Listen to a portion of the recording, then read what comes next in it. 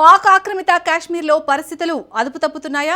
పీఓకేలో ప్రజల తిరుగుబాటు, పాక్ సైన్యం కాల్పులు, ముజఫరాబాద్లో సైనిక హెలికాప్టర్ కుప్పకూలడం, మరోవైపు ఆఫ్ఘనిస్తాన్పై వైమానిక దాడులతో పాకిస్తాన్ కొత్త సంక్షోభంలో చిక్కుకుందా? IMF షరతులతో కుదేలైన ఆర్థిక వ్యవస్థ, ప్రజా ఆగ్రహం, అంతర్జాతీయంగా పెరుగుతున్న ఒత్తిళ్లు పాకిస్తాన్ను మరింత అస్థిరలోకి నెడుతున్నాయా? గత 24 గంటల్లో జరిగిన పరిణామాలు పాక్ భవిష్యత్తుపై ఎలాంటి సంకేతాలిస్తున్నాయి? Let's watch story.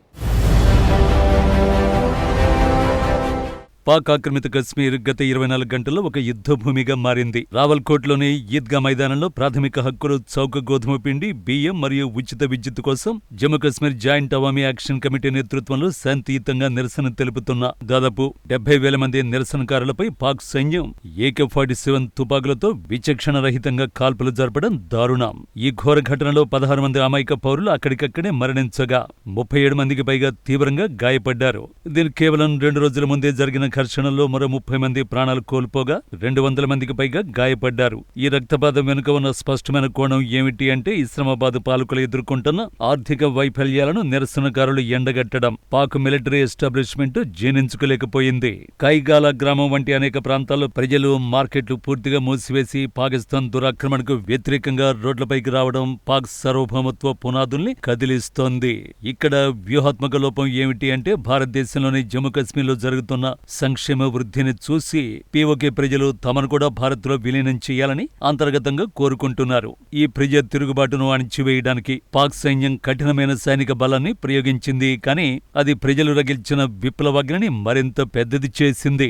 National conference నేత ఫరూక్ అబ్దుల్లా మరియు భారత రక్షణ విదేశాంగ శాఖ ప్రతినిధులు ఈ అణచివేతను తీవ్రంగా ఖండిస్తూ పీఓకేలో జరుగుతున్న మానవ హక్కుల ఉల్లంఘనలపై ఐక్యరాజ్య సమితి విచారణ జరపాలని డిమాండ్ చేయడం అంతర్జాతీయంగా పాకిస్తాన్ డిఫెన్స్ లో పడేసింది. ఈ తిరుగుబాటు కేవలం సబ్సిడీల కోసం జరుగుతున్నది కాదు. ఇది పాక్ సైనిక నియంతృత్వానికి వ్యతిరేకంగా పీఓకే ప్రజలు ప్రకటించిన స్వాతంత్ర్య సమరంగా రూపాంతరం చెందుతోంది. పీఓకేలో అంతర్గతంగా చెలరేగిన ఈ ప్రజా తిరుగుబాటును అణిచివేయడానికి మరియు నియంత్రించడానికి సైన్యాన్ని తరలిస్తున్న తరుణంలోనే రావల్పిండి సైనిక ప్రధాన కార్యాలయానికి కోలుకోలేని మరో గట్టి షాక్ తగిలింది. సరిగ్గా ఇదే 24 గంటల వ్యవధిలో పీఓకే రాజధాని ముజఫరాబాద్ సమీపంలో పాకిస్తాన్ ఆర్మీ ఏవియేషన్ కు చెందిన MI-17 సైనిక హెలికాప్టర్ టేకాఫ్ అవుతున్న సమయంలో సాంకేతిక లోపం కారణంగా కూలిపోవడం పాక్ మిలిటరీని కోలుకోలేని దెబ్బ తీసింది. ఈ ప్రమాదంలో ఒక కల్నల్, 2 మేజర్లు మరియు 19 మంది సైనికుల తో సహా మొత్తం 22 మంది మిలిటరీ సిబ్బంది అక్కడికక్కడే మరణించారు. ఈ దారుణ వైఫల్యం వెనుక ఉన్న వ్యూహాత్మక లోపం ఏమిటి అంటే, పాకిస్తాన్ సైన్యం తన బడ్జెట్ లో సింహభాగాన్ని ఉగ్రవాదానికి, సొంత పౌరులపై నిఘా పెట్టడానికి వాడుతోంది తప్ప తన రక్షణ వనరుల నిర్వహణకు కేటాయించడం లేదు. గతంలో గిల్గిత్ బాల్టిస్తాన్ మరియు ఖైబర్ పఖ్తుంఖ్వా ప్రాంతాల్లో కూడా ఇలాగే సైనిక హెలికాప్టర్లు కూలిపోయాయి. రావల్పిండిలోని చక్లాలా గారిసన్ వద్ద ప్రధాని షాబాజ్ షరీఫ్, ఆర్మీ చీఫ్ అసీం మునీర్ సమక్షంలో వీరికి అంత్యక్రియలు నిర్వహించి వారి త్యాగాలను కొనియాడినప్పటికీ సైన్యం లోపల ఉన్న సాంకేతిక అసమర్థత మరియు విడిభాగాల కొరత తీవ్రంగా బహిర్గతమైంది. పీఓకే అంతటా అంతర్గత తిరుగుబాటు జరుగుతున్న సమయంలోనే సరిహద్దులను పర్యవేక్షించాల్సిన కీలక కమాండర్లు మరియు సైనికులు ఇలా హెలికాప్టర్ ప్రమాదంలో ప్రాణాలు కోల్పోవడం పాక్ రక్షణ వ్యవస్థలోని లొసుగుల్ని చూపిస్తోంది. దీనివల్ల భారత సరిహద్దు వెంబడి నిఘా పెట్టేందుకు మరియు లాంచీ ప్యాడ్లను నియంత్రించేందుకు పాక్ ఆర్మీ చేస్తున్న ప్రయత్నాలకు భారీ విఘాతం కలిగింది. ఒకవైపు పౌరుల తిరుగుబాటు, మరోవైపు సైనిక సామగ్రి వైఫల్యాల వల్ల పాక్ ఆర్మీ పీఓకేపై తన పట్టును వేగంగా కోల్పోతోంది.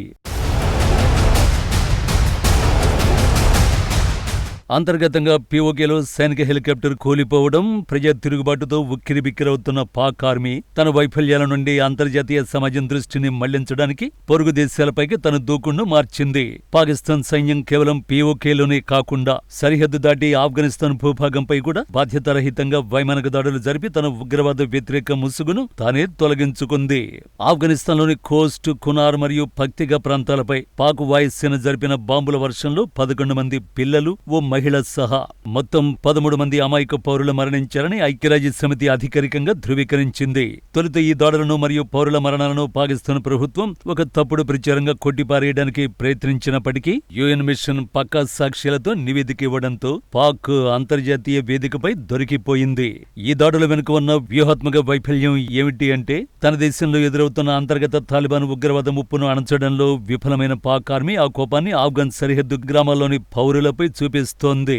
దీనివల్ల ఆఫ్ఘనిస్తాన్లోని తాలిబాన్ ప్రభుత్వానికి పాకిస్తాన్కు మధ్య ఉన్న సంబంధాలు పూర్తిగా తెగిపోయాయి. డొనాల్డ్ ట్రంప్ వైట్ హౌస్ లో ఇరాన్తో పెద్ద ఒప్పందాన్ని కుదుర్చుకుంటూ బిజీగా ఉన్న వేళ పాకిస్తాన్ ఇలా పక్క దేశాలపై దాడులు చేస్తూ ప్రాంతీయ అస్థిరతకు కారణమవడం వల్ల అమెరికా మరియు పశ్చిమ దేశాల నుండి వచ్చే ఆయుధ ఆర్థిక సహాయాలు నిలిచిపోయే ప్రమాదం ఉంది. ఒకవైపు భారత్తో రక్షణ రంగాన్ని ఆధునీకరిస్తూ అంతర్జాతీయంగా ఎదుగుతుంటే పాకిస్తాన్ మాత్రం తన అనాలోచిత సైనిక దూకుడుల వల్ల పొరుగు దేశాలన్నింటినీ శత్రువులుగా మార్చుకుంటోంది. పొరుగు దేశమైన ఆఫ్ఘనిస్తాన్తో దౌత్య యుద్ధం కొని తెచ్చుకోవడం, పీఓకేలో పౌరులను బలి తీసుకోవడం వెనుక ఉన్న అసలు మూల కారణం పాకిస్తాన్ ఎదుర్కొంటున్న తీవ్ర ఆర్థిక దివాలా కోరుతనం.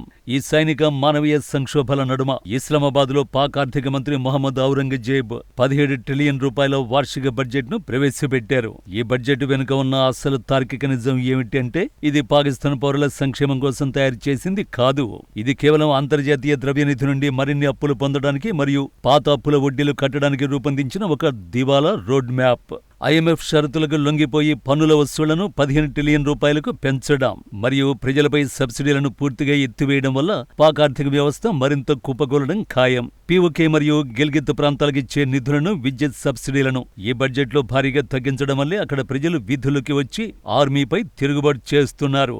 ఈ బడ్జెట్ ద్వారా దేశీయ వృద్ధి రేటును 4% చూపిస్తామని ప్రభుత్వం చెబుతున్నా ఆచరణలో ద్రవ్యోల్బణం ఆకాశాన్ని అంటుతోంది. పాక్ ప్రభుత్వం తన దేశీయ బడ్జెట్ను ప్రతిపాదించడానికి భాగస్వామ్య పక్షాలతో కుదరక 2 సార్లు వాయిదా వేసుకోవడం వారి రాజకీయ బలహీనతను చూపిస్తోంది.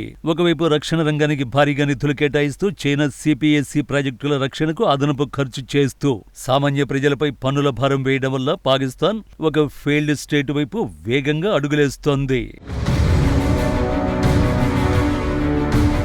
పాకిస్తాన్ అంతర్గత మరియు బాహ్య విధానాలు ఒకదానికొకటి గొలుసుకట్టుల పెనవేసుకుని ఆ దేశాన్ని పతనవంచుకు ఎలా నెడుతున్నాయో స్పష్టమైపోతుంది. తార్కికంగా చూస్తే IMF అప్పుల కోసం ప్రజలపై విధించిన కఠినమైన పన్నుల భారం పీఓకేలో జాతీయవాద ఉద్యమానికి ఇంధనంగా మారింది. సైన్యం ఆర్థికంగా ఎంత బలహీనపడిందో చెప్పడానికి ముజఫరాబాద్ లో కూలిన MI-17 హెలికాప్టర్ ప్రమాదమే ఒక తిరుగులేని తార్కిక నిదర్శనం. ఎందుకంటే సరైన నిధులు లేక సైనిక విమానాల నిర్వహణ పూర్తిగా అస్తవ్యస్తమైంది. వ్యూహాత్మకంగా పరిశీలిస్తే పాకిస్తాన్ ప్రస్తుతం ఒక ముక్కోణపు ఉచ్చులో చిక్కుకుంది. ఒకవైపు పీఓకే ప్రజలు పాక్ సార్వభౌమత్వాన్ని సవాల్ చేస్తూ భారత్ వైపు చూస్తున్నారు. మరోవైపు పశ్చిమ సరిహద్దులో ఆఫ్ఘనిస్తాన్పై బాధ్యతారహితంగా దాడులు చేయడం ద్వారా పశ్చిమ రక్షణ కవచాన్ని పాక్ తనే నాశనం చేసుకుంది.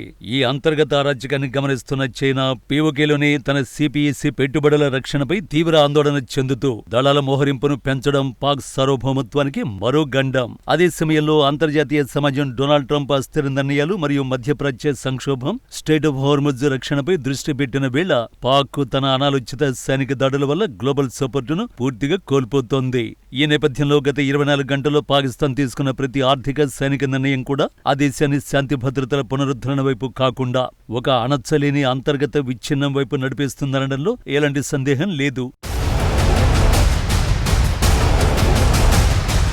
పీఓకేలో ప్రజా తిరుగుబాటు, సైనిక వైఫల్యాలు, ఆఫ్ఘనిస్తాన్తో పెరుగుతున్న ఉద్రిక్తతలు, IMF ఒత్తిళ్ల మధ్య పాకిస్తాన్ తీవ్రమైన అంతర్గత సంక్షోభాన్ని ఎదుర్కొంటున్న సంకేతాలు కనిపిస్తున్నాయి. ఒకవైపు ఆర్థిక దివాలా కోరుతనం, మరోవైపు భద్రతా సవాళ్లు, ఇంకోవైపు అంతర్జాతీయ ఒంటరితనం పాక్ పై ఒత్తిడిని పెంచుతున్నాయి. ఈ పరిస్థితుల్ని ఇస్లామాబాద్ ఎలా ఎదుర్కొంటుంది, లేక మరింత అస్థిరత వైపు అడుగులేస్తుందా అనేది రాబోయే రోజుల్లో తేలనుంది.